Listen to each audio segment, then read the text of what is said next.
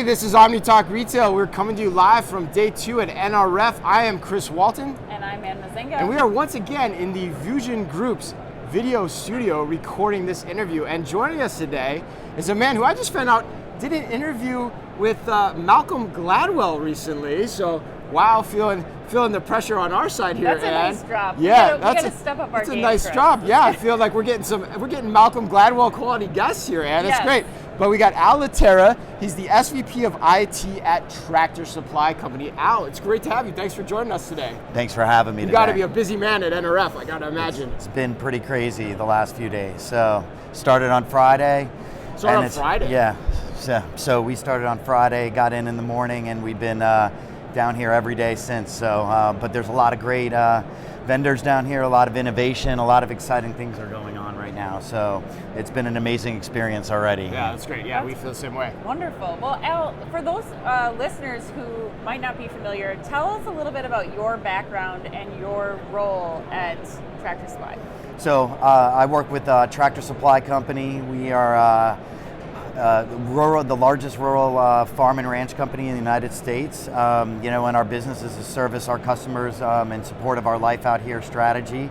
We have 50,000 team members in 49 states, and my role at the company is I'm responsible for the technology and making sure that all of our technology works and meets those customer expectations and our team member expectations. I was going to say that 50,000 team members, that's a lot of team members to make sure are all getting the information that they need to then make that customer experience so great. Yeah. And is the responsibility as broad as you made it sound? Is it like, are you responsible for technology across the entire operation of the enterprise? Supply? Of the enterprise. Wow. Yeah, so from our e-commerce systems, retail systems, supply chain, back office systems, order management, all the technology. I've never asked this before, but when we talk to people like that, I'm curious, which of those things that you just described takes up the majority of your time? Like, what's the proportion? So the right answer is the e-commerce platform, obviously. Right. But I'd say probably it's a split between retail and e-commerce and the supply chain side of things. Supply chain, making sure the stores are always running. Yes. Never go down. Yeah. I would imagine. And the products are getting there. So. Right. Okay. So got it. It's 24/7, 365. It is a 24/7 job. Yeah, you probably have the most 24/7 job in the company when I think about it. Yeah. Well, Al, based on that purview of yours, what technology, what things are you excited to explore here at NRF? So, I'd say the thing that we're really looking into while we're here is obviously we want to get more grounded in what's going on with AI and generative AI. But it's really right now a big focus is on our team members in our stores. So it's about, really how do we get the right level of information into their hands, the right tools into their hands so they can be more productive, so they can service the customer better. And that's really what a big opportunity area for us is right now. So thinking about things like, everything from like product findability, price information, product information, but also, how do we free up their hands so that they can, help our customers load the type of materials they need to in their cars. Right. How can we actually go out and, understand what their needs are on the farms that they live on? So, the animals that they take care of. Right. So right now a big focus is on the team member and that experience. So. And the associates at Tractor Supply, from what I remember correctly, are really embedded in the communities. They know the shoppers, the customers that are coming in, so they do need the flexibility to go out to their farms, to their land, to kind of really get in depth. Is that right? We hire our customers. So, and that's the idea. And the goal is not to let the technology overtake the customer relationship. It's really to augment it. So they can ask, we have 50,000 team members that work on farms, to your point. Right.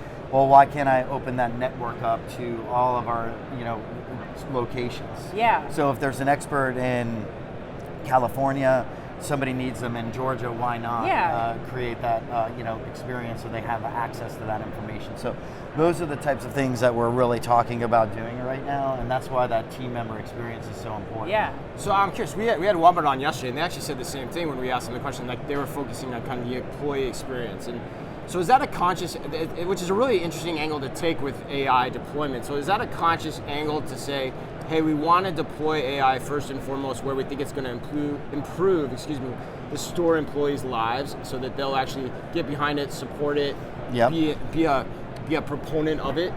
Yeah, so I'll give you an example, a specific example. Yeah, great. So we have this, the way we brand in our selling experience in our stores, it's called GURA. So it's greet, uncover, recommend, ask.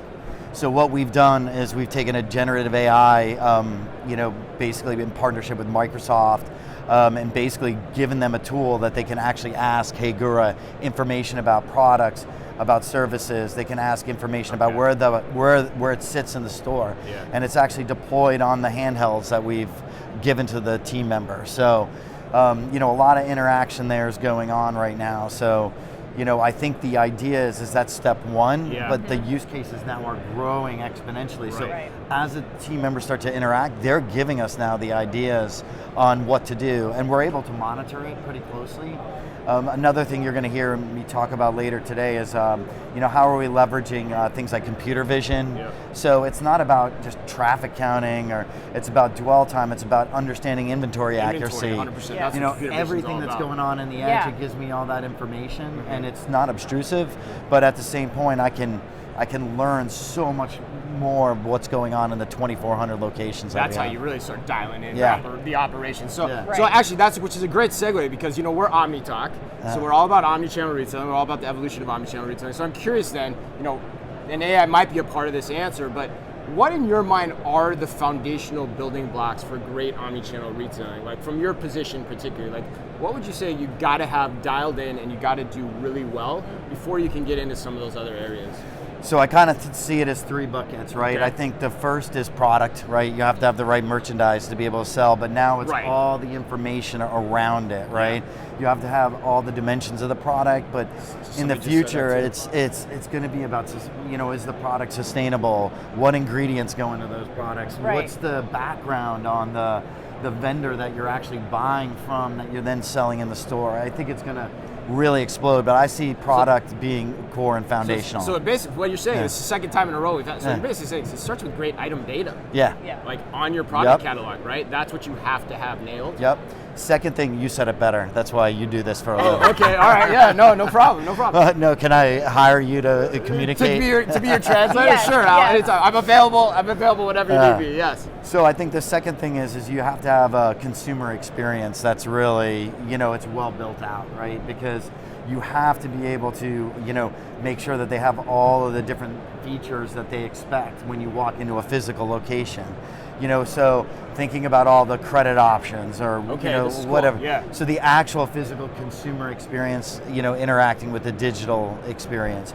The third bucket, I think, is really the fulfillment side of things, right? You have to have that nailed in today's world. However you want it, when you want it, do you want it to your house, do you want it to the store, whatever fulfillment option is there, subscription, non-subscription, whatever the case may be. I see those as the three major components of it.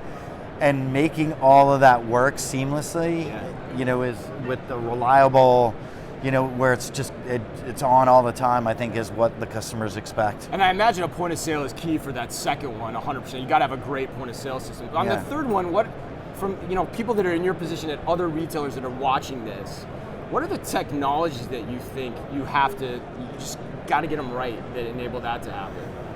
So I think the first thing is the user interface. So the actual physical pages that the customer is interacting with. I think from a technology perspective, I think the second piece to it is you've got to have it integrated into. You talked about the retail experience.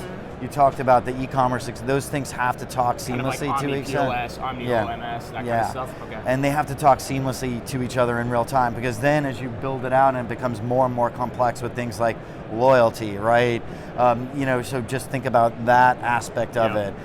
Then you get into things like fulfillment, all the integration that's required for that. So I think that's the second piece that I would tell them. And then the last piece I would say is that you've got to have the right reliability behind it all. So it has to be automated, it's got to be available all the time, and it's got to be like that. So you not only can you create a predictable, environment, but also be able to go fast, because the customer requirement is changing on a daily basis. You talked about how we talked during COVID. I mean, think about how curbside became, really important out of nowhere. Things had to be done in weeks, not years, and weeks. So I think that reliability is a key component to it. Got it, yeah. Especially with the products that you're selling to your customers, I imagine, when things like weight come into play and size and scale and distance to deliver. I mean, you have so many more factors that go into that. So I appreciate you sharing that. And continuity too. That's the other piece I picked up from what you said. It's got to be always working, continuous. You got to have a continuity plan in place too, right? Yeah. Well, Al, let's close it out. I want to know what you are most proud of. This is my closest I'll get to Malcolm Gladwell. What are you most proud of that you did and your teams did last year in 2023, and what are you most excited about for 2024? I'd say what I'm most proud about right now is the technology team's partnership with the business. And really working closely with the various areas of the company, our retail team, our e-commerce team, to really understand where they're going and then actually deliver on our commitments. That's what I'm most proud of. Specifically, like when you think about things like introducing artificial intelligence, Gen AI into the environment. Yes. That was something that wasn't just done based on just a couple of technologists sitting in a room. We really built good governance with all the business communities and just really got them all involved, engaged, educated, and it's really taken its own life now, and it's exciting, and I'm proud of that. And what about 2024? What's happening? What surprises do we get to? What's not happening? I think you're the man behind it all. Yeah, you're the engine behind it all at Tractor Supply. I think for us, the next step in the journey is going to be really on how we evolve, our digital platforms faster than ever, and set those expectations, with our technology teams to meet the demand that our customer has.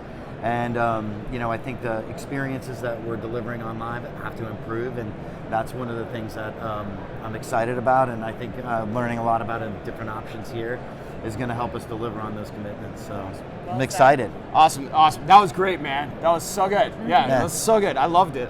So good. That was so great. All right, man. Well, thank you so much, Al Lettera of Tractor Supply. Thanks for being with us today. Have a great rest of the show.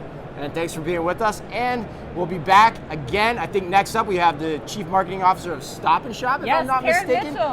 Karen Mitchell makes a return appearance after her webinar. Our selfie with Marty the robot. Yes, we're going to go do that as well. Probably head over there pretty soon. But until then, as always, Ann, be careful out there.